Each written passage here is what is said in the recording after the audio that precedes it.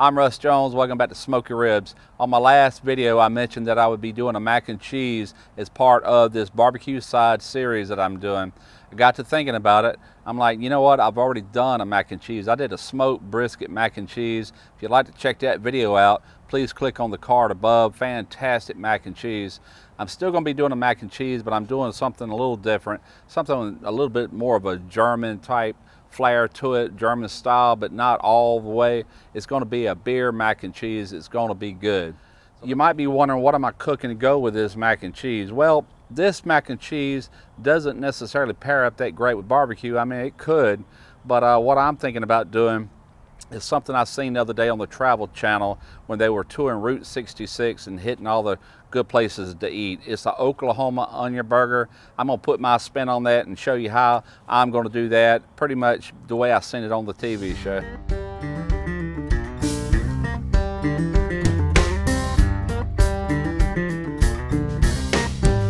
If you wanna cook backyard barbecue till you get your feel, you come to the right place. Russ Jones Smoky Ribs. Smoky Ribs. Smoky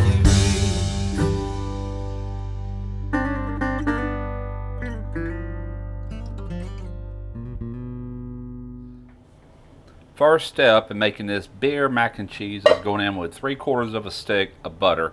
We're just going to melt this in to begin with. Alright, our butter is melted. We're going to add in 1/2 of a cup of all-purpose flour.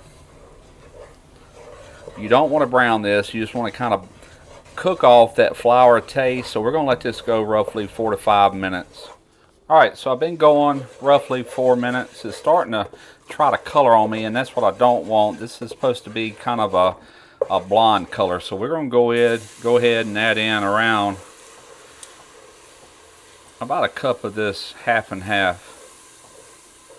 Alright, now as this begins to simmer again, it will begin to thicken. And from there, we're going to thin it out using beer. And the beer I'm going to be using is this Lazy Magnolia Southern Pecan. This is brewed real close to me. This is Mississippi's oldest brewery, and it's a really good beer. So I'm basically mixing a little Southern Mississippi flavor in with some German flavors. Imagine that. Alright, now looky here. It's already starting to thicken. Don't worry about these clumps. This will all smooth out when it's all said and done. Oh yeah, we're thickening up big time. So I'm going to go ahead and start adding in this beer. I'm going to go ahead and throw the whole bottle in to start with. I'm going to go ahead and swap over to a whisk so I can work these clumps out of this. Alright, I'll bring you back just as soon as this returns to a simmer, and we'll see just how much it thickens from there. Alright, we are back to a simmer, and as you can see, it's thickening right back up. It's a little too thick. What I'm making here is a bechamel. Bechamel is normally not made with beer, so I'm not sure that you can even call this a bechamel, but it's definitely the beginnings of a beer mac and cheese. We're going in with another half a bottle. Guess what happened to the other half? And once again, we are back to a simmer. This is looking about right. This is not too thick. It's not too thin. You want to actually have it a little on the thick side.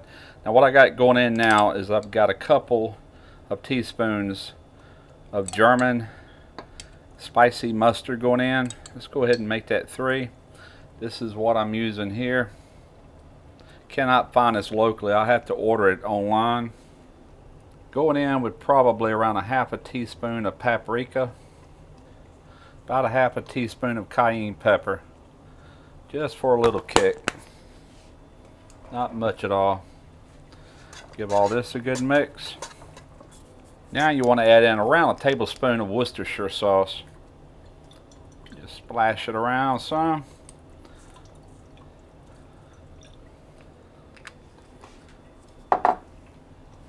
Give that a good mix. Alright, we are ready for some cheese. Now the cheese that I'm using is German style cheese. We have a beer case and we also have a butter case that I'm blending together. I've shredded this earlier. You just want to add some of this in as you go. Go ahead and melt that in before you add any more. Now what I had originally planned on using was the Gruyere cheese. I've done beer cheese with Gruyere before, absolutely wonderful. I've never actually tried this mixture, so I'm gonna have to tell you at the end of this video what I think about it. Went to 3 stores yesterday, everyone was out of Gruyere. Must be becoming very popular or something, or not popular, and they're no longer carrying it, but it makes a fantastic beer cheese. Go in with a little bit more. I'm going to save the remainder of this to top this with once we spread it out into a pan. Now the last thing you want to add in is you do want to add just a touch of salt. Cheese already has salt in it, but I am going to put a little bit of this smoked salt. I would say somewhere around 1/8 of a teaspoon, not much.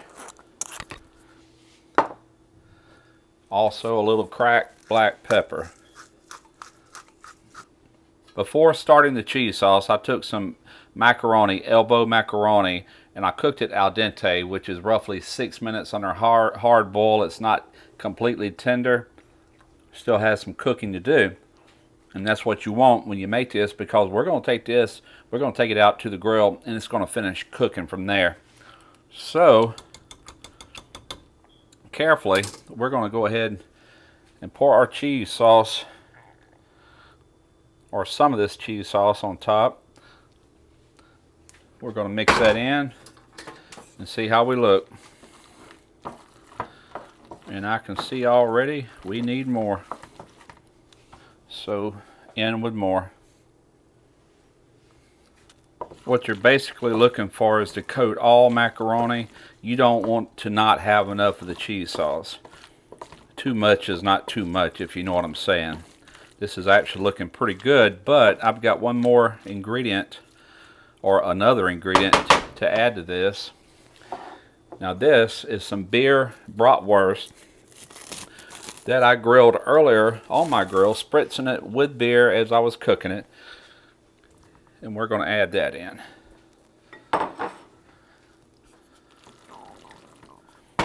Can you see where I'm going with this?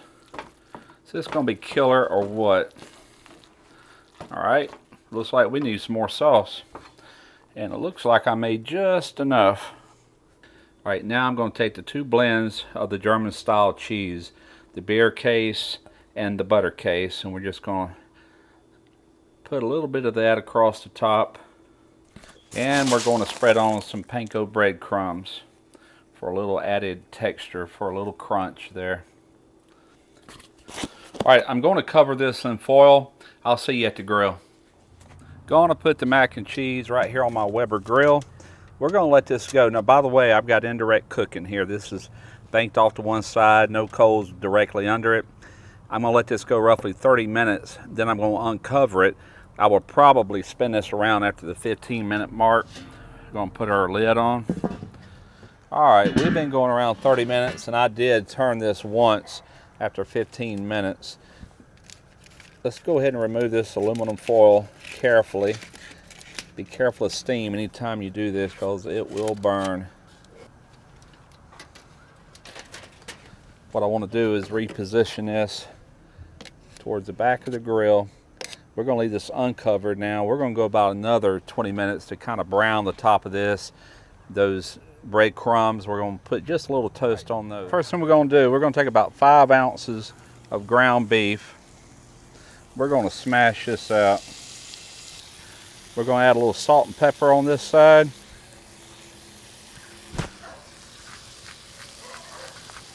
We're going to take some of these onions, a little handful of them. You want to press those in as well. This is all the pressing you're going to do on this burger.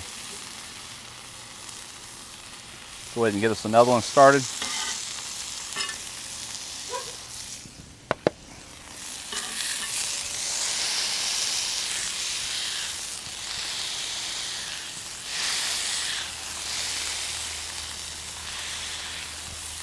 A little salt.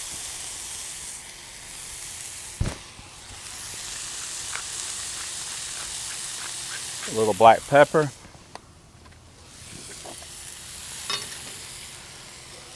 And some more of these onions. Now these onions are cut very, very thin. I used a mandolin that is adjustable on the blade to cut these this thin. There's a few ways you could pull that off if you don't have a mandolin, but they're very inexpensive. Let's give this a flip. Oh yeah, we got a nice little crust on that. I'm gonna add a little bit more salt, a little bit more pepper. We're gonna let these onions caramelize. This is kind of a unique burger. It was born out of the Great Depression back in the 1920s out of necessity, trying to figure ways to stretch their beef. And as you can see, it definitely does it. You have as much onion here as you have beef, but it's gonna make for a tasty burger. The state of Mississippi actually has something similar called the slug burger. Now what they use was like a potato flour, I believe it was, as a stretcher. Today they use some sort of soybean type ingredient to stretch it. It's as popular now today as it was back then. So, oh yeah, is that looking killer or what? I've got 6 of these to do. I'm gonna go ahead and put some salt and pepper on this side as well. We're gonna go ahead and finish these 6 up. All right, we're gonna go ahead and toast up some buns. All right, when you get your bottom buns toasted, you wanna go ahead and place them on your meat. So this is exactly how they did it then. This is how they do it now. They'll take some hamburger pickles, lay on here, and some mustard, just plain yellow mustard. And I bet this is a delicious burger. We're fixing to find out. Our mac and cheese is still cooking, but we're gonna cap these bad boys. We're fixing to find out. First, I just want to show you a close-up on this. Look how juicy that burger is.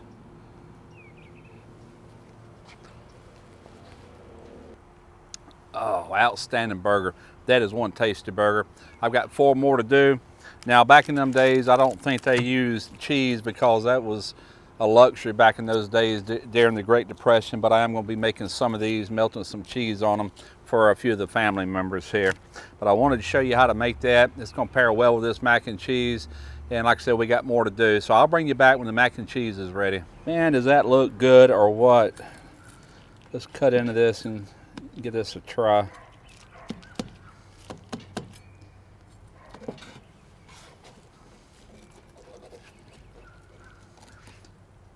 Oh man, yeah, that's what I'm talking about.